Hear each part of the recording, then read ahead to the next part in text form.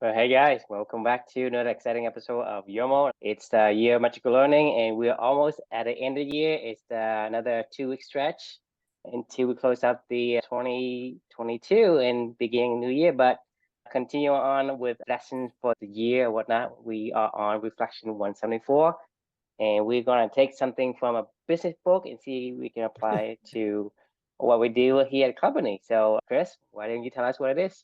Do you remember when we started this whole thing? Like, I can't remember. Did we start at the beginning of the year? So is it like been a full year, or do you remember when we did our first episode one of this? It's not a full year. I think we did it probably like I would say February or something like that. Yeah. Oh, I definitely Uh, remember it was in February because I was at my parents' house, or I was in Hawaii when we filmed one of those things. So it was definitely in February. So yeah. Anyway, I was just wondering if we have officially gone a full year, doing this, which is kind of cool. Almost. Yeah, Uh, almost. uh, that's something. So congratulations to us all. But yeah, so the book we're going to be talking about tonight is it's called Traction: Get a Grip on Your Business by the author Gino Wickman. I know you've read this book, but Snow, do you know what this book is? I've never heard of it. Yeah. Okay, so this book's about this thing called the Entrepreneurial Operating System. It's a system designed by this author and his business group to help small businesses gain traction, basically, and to really align their business around an operating system to help keep everybody on the same page and going toward the same goals and missions and objectives. So you're probably wondering, what the hell did we do? Why am I reading this book? Actually, it's kind of a fun story, so I'll just jump into the reflection. The reflection title on this one is "What the heck is LOS?" which is a pun on EOS. EOS. So I call it the life operating system, right? So just quick background as to how this even came to be. About a year, maybe 4 or 5 months into this whole journey with True, doing this whole year of magical learning, that is what it's become. We didn't know, we weren't calling it then, and we didn't have Club Any involved or anything like that. We started to gain a little bit of traction with what we wanted to do around the vision of Club Any. So we brought in a friend of ours. We were like, look, we're good at this 7th generation committee meeting and thinking 7th generation Iroquois shit and doing all this talking and whatever and trying to figure out the vision of what we want to build to really try to live our values and our mission of Club Any. But we're like, we don't really know how to operationalize it. So we started to think about some of our network of people that we wanted to bring into this whole entire thing. And that was when we reached out to Nickel, who became our 3rd Club Any co-founder. And Nickel, his job was to be the COO of Club Any, to help us focus in all of our stuff and lock in on what is this mission that we're trying to do here at Club Any, and to really try to help operationalize a lot of it. So Nickel is an expert at EOS, which is the Entrepreneurial Operating System. This is something that he operates in the business that he works at. He's like the owner of it within the organization, and he keeps everybody in line, and he's kind of like a de facto COO almost in the tech company that he works at. So he uses this framework and he uses all this stuff. And he was like, guys, I think we should, as learning was one of our core values of Club Any and still is and will always be, he was like, I think we should read this book, Traction. You guys open to it? And we were like, yeah, let's do it. So we all read it together, and that was how this book came to be, right? As it relates to my journey of my own reflections of what I learned, I found it kind of funny as I was thinking through this book. The whole idea of the entrepreneurial operating system is first to align around a vision and a mission and values, and then to really operationalize around that, setting up your vital priorities and your rocks. They call them rocks, I guess, in this program. What are our rocks that we need to move to that's preventing us from getting us to our goals, et cetera, et cetera. And really the whole entire point of the EOS system is to help you to align around that mission, the values, and your purpose, and then use that for clarity to guide you in your actions and your key priorities to focus on your business. So I kind of took that idea and I was like, sounds right up the alley of your magical learning, right? So it's all about mission and values and purpose, and then aligning around that and trying to bring out what you want to bring out. So it made me start to think about your magical learning journey and how there's so many similarities to the EOS model and the LOS model, the life operating system. This whole journey has been based around spending a lot of time trying to find your values, your mission, your purpose, my personal ones that Amelia and I, since Amelia has passed away, and kind of how finding out that living for true purpose. And that was the first book that I wrote, right? It was mainly about a lot of that stuff.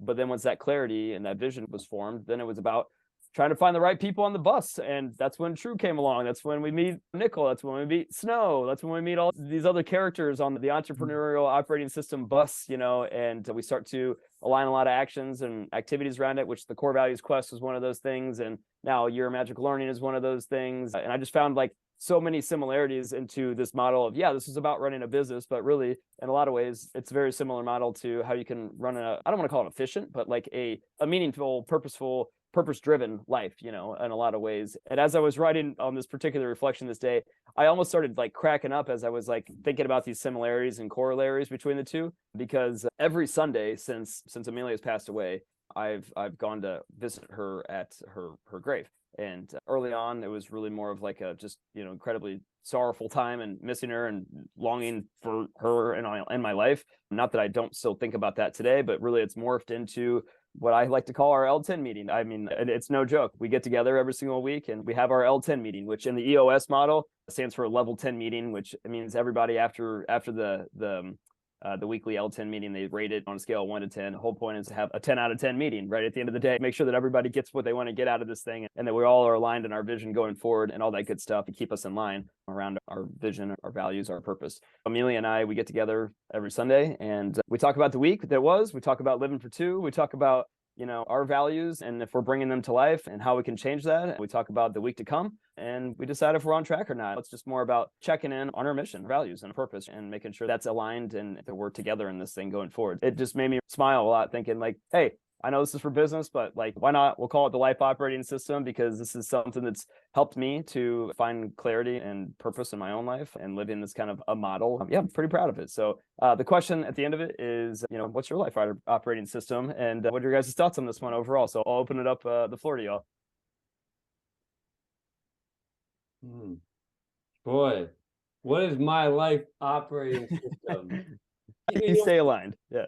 Well, I mean, yeah, and it is kind of like cheesy and corny, but yeah, like sure I have my sheet here, And it's got my goals, my daily habits, and ideas and quotes that I end up liking on my list of 10 commandments, And so whether I end up reviewing that, not every night, but at least once a week, going over it and just, yeah, sometimes refining it, whether your work or a goal that you had, and you're like, oh, fuck, I want to give this shit up or whatever, this is stupid.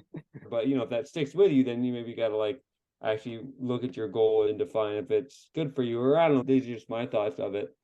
Because it's also like, I've been thinking about when I've been working up at the creamery, how it's hard to build things if you keep changing, Yeah. In terms of like changing, like, oh, I want to do this, oh, I want to do that. And, we're talking about in class today that it is sort of overwhelming sometimes the amount of choice that you can end up having. Whether you can think about that in a career or let's say like a girlfriend, or dating somebody. And that's why, marriage is a sort of neat foundation because it's like, no, you're saying like, I do, you know what I mean? Death do we part. Not like, oh, well, one time when I'm done with you, Yeah. When you have no more values to provide. Right. Yeah, exactly. So if you don't have like your mission, vision, and values, and also the idea about, let's say, sticking with something, we have these like moral social contract codes that morality ended up being like an evolutionary advantage thing because like, well, sort of a tit for tat, like I'll do this for you, I'll make this one sacrifice as long as like you'll make that same sacrifice. Like I won't pillage your village if you don't pillage my village, And so like morality actually did have like sort of an evolutionary advantage. And you also maybe think about that though, like, so let's keep these moral codes.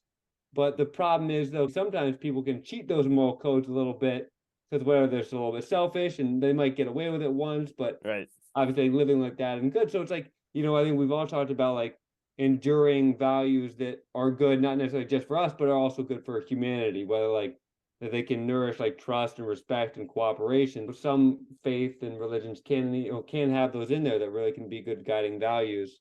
So I think this whole idea about a life operating system is just like, yeah, like a set of obviously keeping in line with what you want to do, but also, yeah, like keeping in mind good moral and social norms that are good for you, but are also like good for others as well, and will probably help breed like cooperation and trust and respect so that you can do better as well. Because in like this whole gaming system now, when everyone's collaborative and working together, usually if the other person does better, you'll also do better as well. So I think it's a really cool model that you talk about you and Amelia, like write down, have written things down and kind of go over them, check out, so. Yeah, I mean, that's awesome. I love it. I love the little checklist you have. And like, I agree with you. If you're not checking in often, you can easily get off path. Mhm. Like you can't keep, like the whole idea with EOS is once you have that vision, align yourself with people that help that vision go forward, help that purpose go forward, and help that mission and your values to align together, right? Otherwise, it makes it really freaking hard, to like, you two are helping me, and I hope I help you guys too. Why Like, do you think exactly. Look Yeah. at your nice pearly white teeth, Chris, and your nice hair trio, You're exactly right. I mean, that's why we're all on this call together. All of our shared values and things that we want to keep working on together. Like, this helps us to stay in line and stay focused on what matters to us, and like making sure that you're bringing the right people onto the right bus. True and I have talked about this like over the past almost 3 years now, of how fast do we want to go with this thing? Do we want to, I don't want to speak for you, True, but I feel like we've settled on the fact that we don't want to go fast. Like, we want to make sure that we are 100% locked in on what we are trying to do first and foremost for us, with this whole thing. And then we'll slowly bring people into this stuff, because like, we tried to start to scale the core values quest, and we both were like, almost had this like, what are we doing? Like, moment. We don't need to operationalize. We don't need to do any, like, people like Tanya, not that Tanya's bad, or what was that one girl that Blake was mentoring? Aaron, yeah. You're like, those people aren't who we want on this bus ever. I don't care if they made it through the quest or not, and like, but we were like trying to be like, well, we got to get like 10 more people in the pipeline, because we got to grow it like 2x to be able to, keep pace, and like, and we're like, no, stop. Like, just like, this is that's why we did these meetings, like to check in with everything. And that's how Your Magical Learning kind of came about, like with, we called this our 7th generation Iroquois meeting a long time ago. Are you guys still having people go through that quest, or whatever you call it? What do you call it? The last quest that we did was, I want to say, probably ended in January of last year. So it's been almost a year since we've done one, because we saw what was happening. We were like, this isn't our L10 meeting that we were having was like, this isn't what, and you'll notice Nickel's not here, not because like we don't love Nickel. He was amazing and he's an awesome person, but he wasn't aligned with what we were trying to do either. He was like, I want to go build something fast, and I don't like, think I know Nickel. You probably met him on I don't know, actually. Nickel was doing this stuff with us for about a year. You don't mean who was my mentor? Blake? Blake's definitely still around and doing a lot of this stuff. He's a little bit on the sidelines just because he started a new job and his values are different. He started a new job and he had a kid and a lot of other things going on. The whole point of all this stuff is to make sure that we're have the right people on the right bus, on the right seats. We love Blake, we love Nickel, we love all these people, but they're also not on this call. Where people's priorities are, and like, it's how much time they have, Yeah, absolutely. True. All right, sorry. What's your, get you in here on this? Okay. So for me, 2 thoughts come to mind, right? The first one is, the EOS, the Entrepreneurial Operating System, is borrowed from the computer, right? So it borrowed from computer to say, you have to have a certain rules and certain quote unquote framework to run. And by that token, no computer can run without an operating system. Right. So by the same token, no life can be run or can be lived without a live operating system. So the idea that I'm thinking here is that it's either you choose your LOS, or an LOS will be installed on you, i.e. society, right? So, and then take that analogy a little bit one step further. Let's say I have a Windows operating system and I want to put that on a Chromebook. Would that Chromebook run? It will run, but it's very, very inefficient and very slow. Right. Same thing, if you take an Apple Mac OS and you put it on different hardware than it was made for, it is not efficient.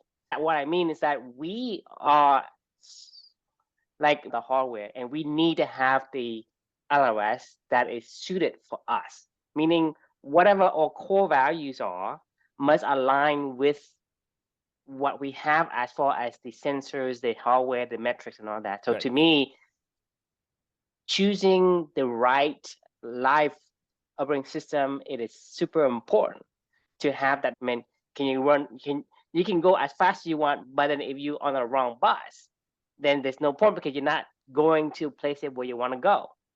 Right. And so the thing is, Snow has like these commandments of life that he goes through. You have vision board. I have certain things, certain framework that I follow, my morality, whatever that governs how I interact with things. That's my operating system. That's what I chose based on like you and me learning through these interactions we have every night. But if you think about it, how many of us as a society has the opportunity to sit down and choose our LLS? When I was growing up, I did exactly what people told me I need to do. They told me Right. this is the life I need to live. I need to be this, I need to do that. I was told, I was given these parameters Right. to live by, to run things by, right? Whether or not you say, hey, you should suck it up and embrace, the suck, eat the frog, right? Right. Grind, right? Do those kind of things. I was told that. Yeah. So, right, until you and I met and we have learned together over the years, and I've learned that I can choose my own LLS. I can choose the principle and the framework, quote unquote, the LLS that I want. And to me, that's super important in the terms of why we build company in the first place, why company came about in the first place. I think that's a great point. That last point that you were just making, Snow kind of echoed something similar to that, where he said, like, we have a lot of choices we can make every single day. I don't really make a lot of choices anymore these days. This is kind of the framework that I use. And it makes my life so much easier to just say, like, look, I know what I'm doing. I know what I care about, and I know what I want to do every single day. And I just do that. I miss a lot of things these days, and I don't care. Really give a shit if I miss. Well, you miss events or other things, like even like the World Cup. I ended up not watching the World Cup, but like it didn't really faze me. I kind of like had something else that I ended up planning on doing, and Yeah. kind of thought about. I don't know if you guys have ever read the book Indistractable. Yeah, I did. Yeah, undistracted. Indistractable. Oh no, I haven't read that one. Yeah. But anyway, yeah, because it's like same thing. Like I know what I'm gonna do. Like let's say each day or each morning, like get up, go for a run, meditate, have breakfast, go to work, do this, that, and that. I mean, it's also kind of nice that you can end up using your mind to do the difficult decisions. Right. If you just set up this operating system. And true, I just really like how you talked about the operating system of one person might be different for another person. You can't just take my operating system and put it in somebody else, because every person is so unique. And even if you think about diet, for one person is going to work for another person. And I don't know, I just thought that was a really good point to make, when everybody has to be on their own personal quest. And that's why I was kind of disappointed to hear that you guys aren't doing those quests anymore, because I got a lot out of that. Like, we plan to. We decided to pause what we were doing. We're not giving up on that at all. No, that just was like almost like a proof of concept of like, this was really helpful, and this can be a part of what we want to do with Clubity going forward. But what we were doing, we were like, this is not aligned with what we're trying to get to. So that's why we pumped the brakes on that, and we'll bring it back. Don't worry. And again, it's not like that thing everybody needs to do that. I mean, because really, for what it came down, it's like, like reading books, meditating, thinking about values. And a lot of the books that we read or whatever, it's just reinforcing that same thing. Yeah, the importance about having a good mission, vision, and values, and sticking to your goals, and being undistractable, and having a good vision board. And there's like a book I read recently called it was actually called Brainstorm. It was about the teenage brain, but how even adults or whatever, how we think about a good healthy plate, should have a certain, whether vegetables have some protein, yada yada, some fruit, and whether even like your daily life should end up having a healthy balance of some focus time, some physical time, some downtime, some connection time, some personal reflection time. So I think this, and that is like the operating system that we need. And I think you're right. Like it seems like some people don't have an option, because like an operating system takes over them, and that's like society almost. And like Chris, you make the point, you miss a lot of stuff. Great, because you are operating on your own operating system, and that's when you're actually able to do big things. Chris, you're leading a team now of people doing their own quests, even through work. I think I'm better off being my own operating system and be able to impact other people better by being my own operating system and being a model of that. 100%. I mean, I'm shocked that True has not said what I know he's chomping the bit to say. Really? What'd you say? What did you say? Go ahead. Bring it out. Go ahead. Hey, Beaver, I'm a beaver. I don't care if the wolf is howling at the moon. I can miss it, and I wouldn't. I mean, it doesn't matter to me, because I'm not a wolf. I'm a beaver, so I gotta do the beaver thing. I gotta build my dams, right? A beaver must dam. So for me, is you have your own operating system, and if you know who you are, then you can choose the values that it's important to you. And so it's so easy to ignore the other things, other events, other activities. That's not who you are. And so you say, well, the world has a lot of options, right? I can burrow into the dirt. Well, but that's not me. I'm not a rabbit. I'm not a rat. I'm not going to be burrowing into some kind of dirt hole. For me to choose the options or the activity I do, once I know what my LLS are, then it's not really like hard to say, hey, I'm missing the World Cup. Well, I mean, it's World Cup. It's not something that is important to me as would be for some others. Yeah, yeah. But Trio, this is also though scary though, because the book I'm reading right now, Mental Immunity, and he talks about how like it's better for us as society to yield to reason. Like we as a society need to yield to reason. But the problem is a lot of people, whether you're climate deniers or flat earthers, let's say, are just completely wielding to reason, and they do that and they become rigid because they're a beaver. Right.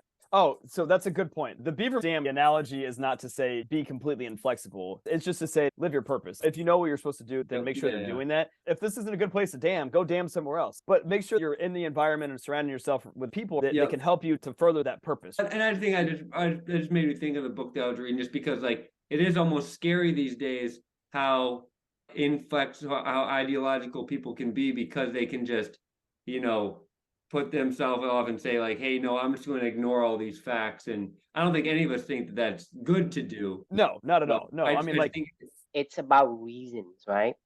Because the reason is going to be somewhat more significant or some insignificant to you and to others, depending on what it is. If you talking to me as a beaver, maybe approaching the topic of having water or clean water. If you told me about, hey, this water is toxic, it's within my reason to understand it, then yes, I will follow those reasons and take into considerations and will make a decision that's going to best benefit me and whoever is telling me. But if you're talking to me about the glaciers across the world, if I'm a beaver, it has nothing to do with me. There's nothing I can do with information. So the analogy of a beaver is to simplify a lot of the concept, but as a human being, we have more reach, more range than the beaver would. And so anything that is within a realm of reasoning, I think that would be part of our responsibility as a collective group. But if it's beyond a collective knowledge, like let's say there are aliens on Mars and there's nothing we can do from Earth, then that information to me, I can ignore because there's nothing I can do in terms of affecting the outcome of it. So taking the beaver aside, just say, hey, that's a beaver. The concept is to figure out what makes you you, right? And you need to express who you are. Your DNA needs to express itself to be that person. Like I say, an eagle must fly. If you put an eagle in a cage, right, it's not gonna live long. We're talking about running with Sherman, like last week, a Sherman, a donkey, he stays in a shed and he's dying just because he wasn't able to express himself as a donkey. Therefore, he's like at death's door. But once he start doing the donkey thing again, which is go outside and run, he gets healthier, better. And so that's the thing, is the concept of the beaver is, we are made in a unique way based on the combinations of our genes, and we must express. If you're an eagle, you want to fly. If you're a donkey or a horse, you want to be in the wild. If you're maybe a rabbit or whatever, you want to be protected in a hole or whatever the case. To extrapolate it to a human being is not, obviously it's not a one simple concept, one simple gene DNA like the beaver does and that damn all the time. But as a human, we take that and say, okay, if you're a beaver and this and that, well, you still have your combinations of your realm of information that you can influence. But having the LRS will give you more of a decision tree. I can go through and ignore it, just like we talked about yesterday with Chris about, he wants to play pickleball, he wants to do, but he loves tennis more. So he did run through his core values. Say, well, this thing is not as important to me as this, so I'm going to focus on this one. I do like some of these aspects, but not as much as I do this. That's my point. I like that. And I think it's good how you were able to keep on that metaphor and still have it make sense. I mean, piggybacking on that, it's a decision framework, right? When I hear what you say, you bring up a really good point of like, it's the whole hedgehog and fox concept, right? Like, again, that we've seen brought up a million times over the course of our conversations as well, of the good to great. Jim Collins is like, it's all about the hedgehog concept. And then other people are all like, no, it's all about being a fox and being rangy. It's all about whatever, right? Like, and then, True and I, we were like, we want to be a foxhog. We want to be a rangy person that goes deep, but this is also about a decision-making framework, like, because you're going to get confronted with questions you can't answer. But this is when you go have your L10 meeting, and Amelia and I talk about it, going, like maybe I'm a little off right now. Like, do we need to run it through the framework to make that decision going forward as to, does this align? Because if you ask me if I'm a flat earther or something along those lines, and I'm thinking, does this really align? Do I get energy out of this, or am I just fighting? Because eventually, I guarantee you, most of these people, like, that's the art of running up a hill, right? You know, like, we can endure, we can fight, we can keep trying to tough it out, but when we know that we're just exhausting all of our willpower and our energy to go try to fight that battle, like, it's not going to last. It's not sustainable. You know, eventually you're going to give up and you're just going to be exhausted or quit, right? You know, on the other end of it, if you're constantly reiterating and iterating on these things and making sure that you're checking in on, is this activity that I'm doing aligning with these other things, and does it give me energy? Because then it's sustainable. Then I'll know that it's alignment. So if flat earthing is in alignment with that, then maybe, you know, if for whatever reason, like that ended up becoming in alignment with what I was trying to do, then maybe that's sustainable, but I doubt it, right? Like, I have a feeling that it would probably be a waste of time. So does that maybe help, I guess, with what, because you bring up a really good point. Like, you don't want to be rigid. But Like, it is a good point. But the thing is, it's the separations of where we draw the line, right? Because for me, if you think about it, if I'm aligned with something, let's say I'm a beaver, you're asking me about water because I've been in water so much of my time, right? I'm gonna know a little bit about it. So when you talk to me about water, I understand it, right? And whatever I say is gonna have reason to. But if you're gonna reason with me about, let's say, the desert and the sand, right? I'm a beaver. I have no idea. I've never been there. So if I were to be this stubborn beaver and say, hey, the sand is this and that, and it's good for this, I mean, it doesn't line with me, so there's not much for me to defend it. So I wouldn't have defended it as that's if true. it's my life depends on it. But if you're talking to me about, hey, water, this is good water, this bad water, this, you know, whatever the case may be, I probably have some knowledge on a topic than most average other animals. So to me, this is where you say the reason comes in, and the reason has that sphere of influence, right? Because if you're talking about somebody who is good at what they do and they like what they do, right? They're gonna know something about the topic versus just, hey, the earth is flat, right? If I don't care about the earth is flat, right?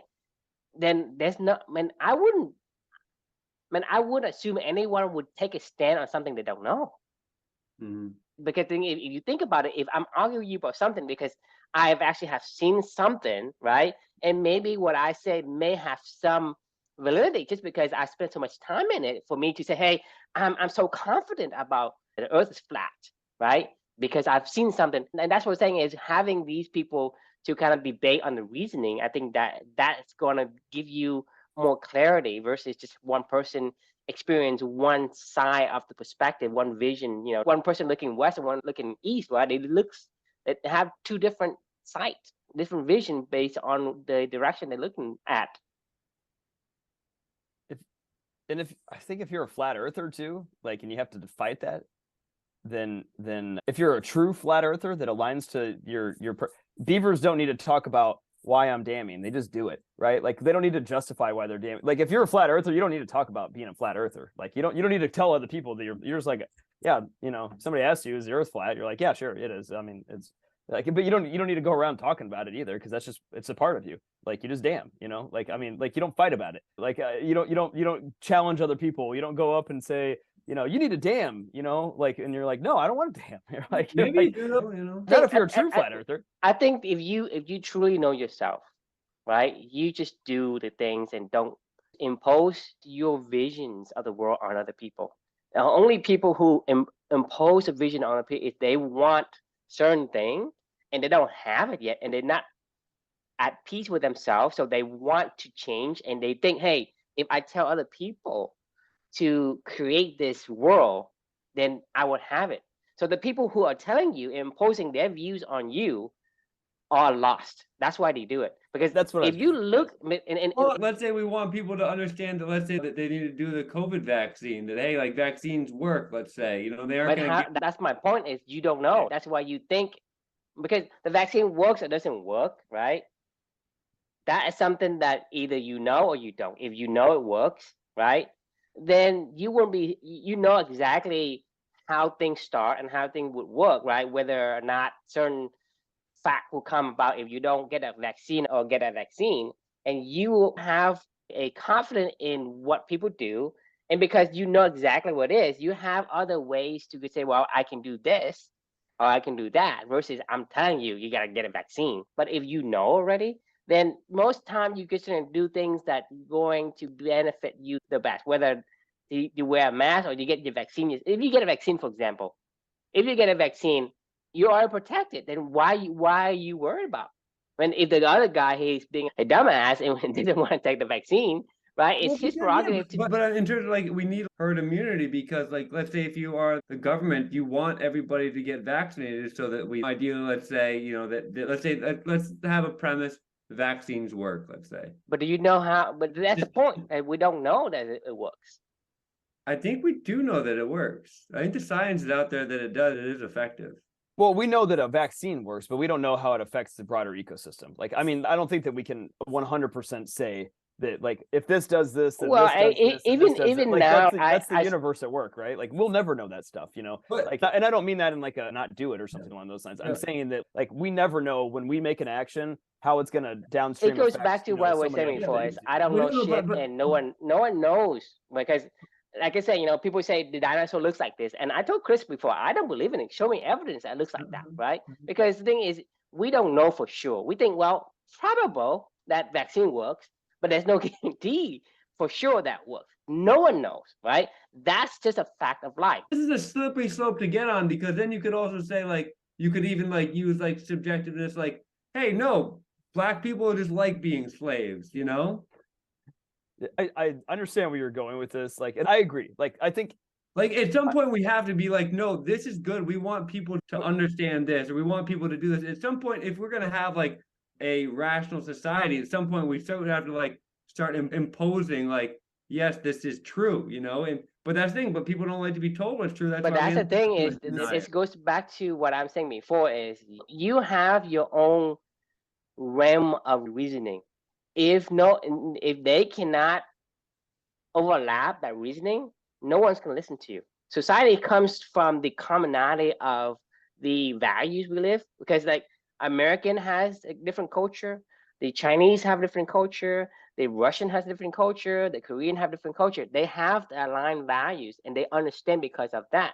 You can't just impose some belief on somebody and say, hey, you know, this is reasonable. Well, you tell me it's reasonable. Okay, let me hear it.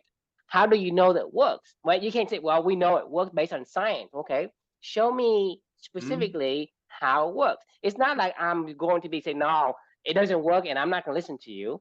What I'm saying is, give me something that I can understand. Maybe I'm too stupid to understand because you're assuming that this is like common knowledge. But for me, maybe I'm too dumb to even know what this common knowledge is. You have to get to the point where I'm a stupid beaver, right? And you're the eagle or the fox or whatever. You gotta go, well, talk to me in my language to say, well, you know how this, like, you know how this water is like this, and if you put this in there, it does like that. Show me something that I can understand. You can't just go and say, hey, you know, something happens over there, it's gonna affect you over here. And I say, well, I just don't see it.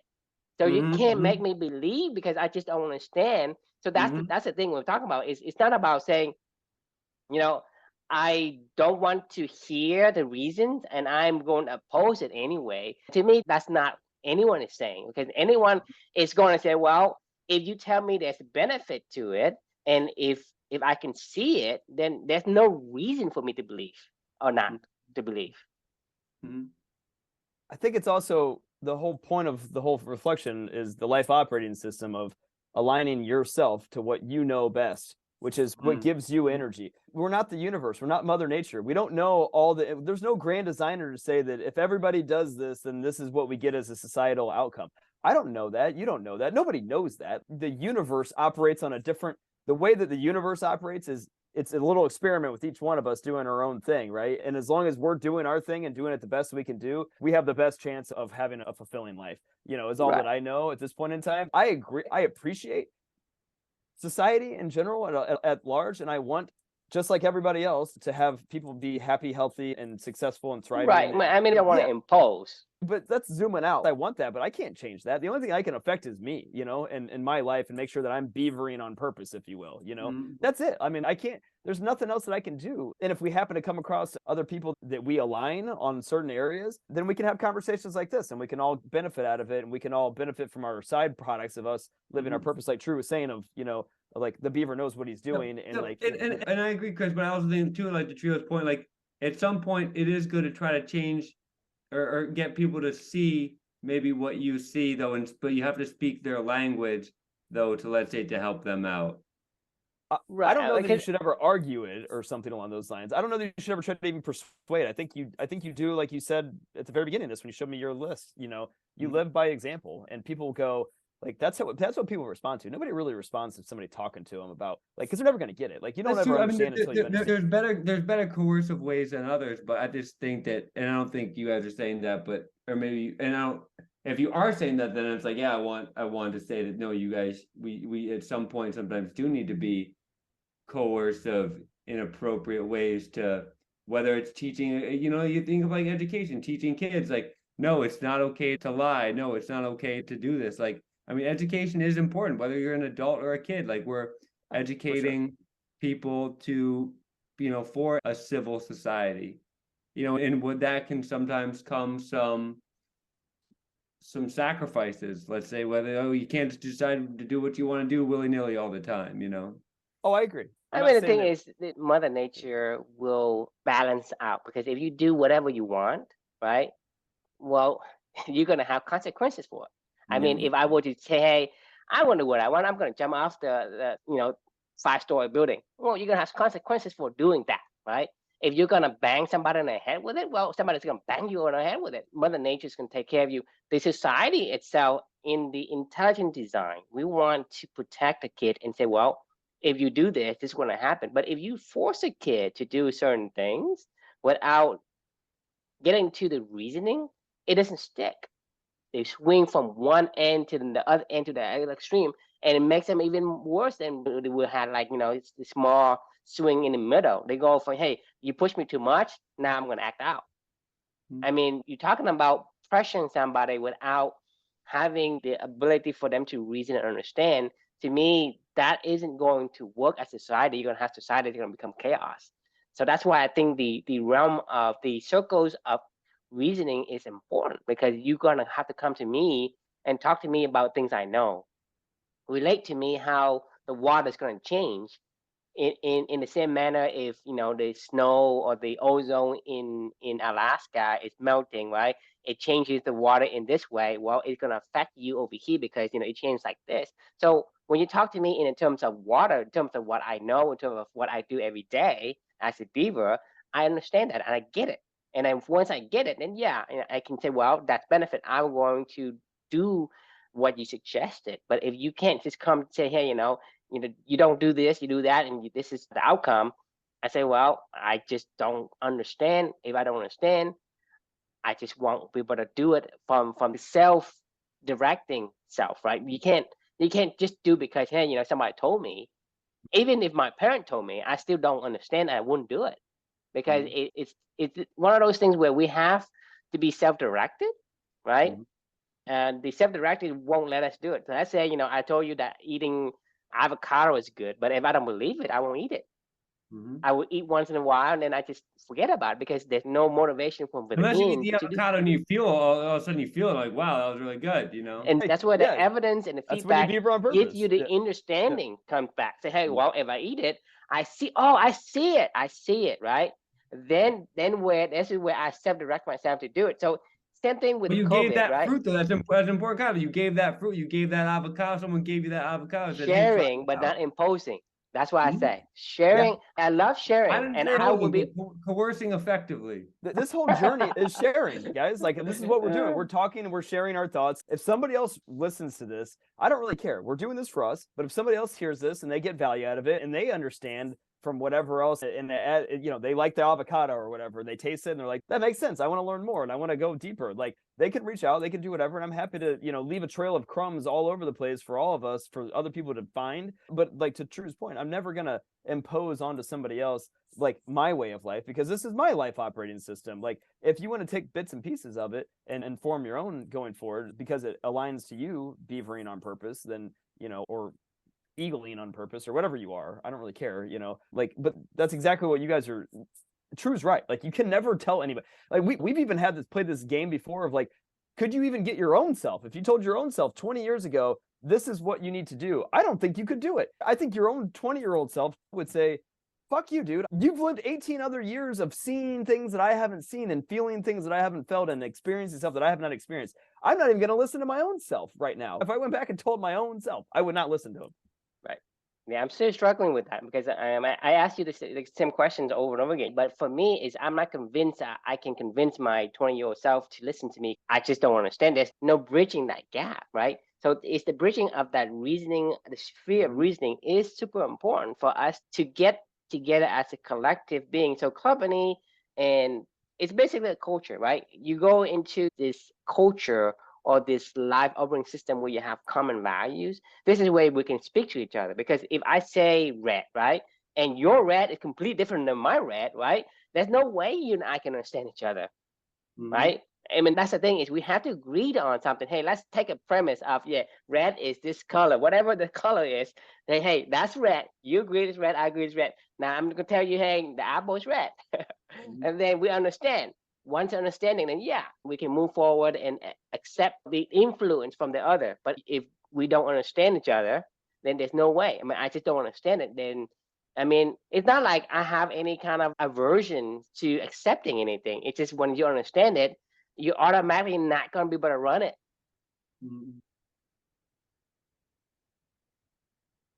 I like it. Okay. All right. I feel so. Well, we're getting close to time here. So let's say, always a fun conversation. You guys have any final thoughts for life operating systems and impacts in your life, or any parting words? So my final word: a computer cannot run without an operating system, and you cannot have life without an operating system. So either you choose your operating system, or a default operating system will run you. So be sure to think about that. And I would say too, I just like this concept about a life operating system, and I just hope that everybody can find a life operating system that really is fulfilling for them. Yeah, absolutely. That is the mission of Clubany at its core, to help people find that fulfilling life and to live it on purpose in an environment supported by other people doing the same thing. And if you can overlap and find those connections and those uncommon commonalities, then you can build something together, pretty amazing. But yeah, it's all about exactly what you just said, Snow. So, I mean, if we can help other people to do that, I'll feel like I made my daughter proud and did my own purpose. So that's good. So thanks for joining, and it's a fun conversation as always, and we will see you all tomorrow. Oh, Snow, are you joining tomorrow? Or are you? I probably won't say it's always great. I really do enjoy our conversations, and they're stimulating, but it's also my bedtime here, so I need. All right. Same here.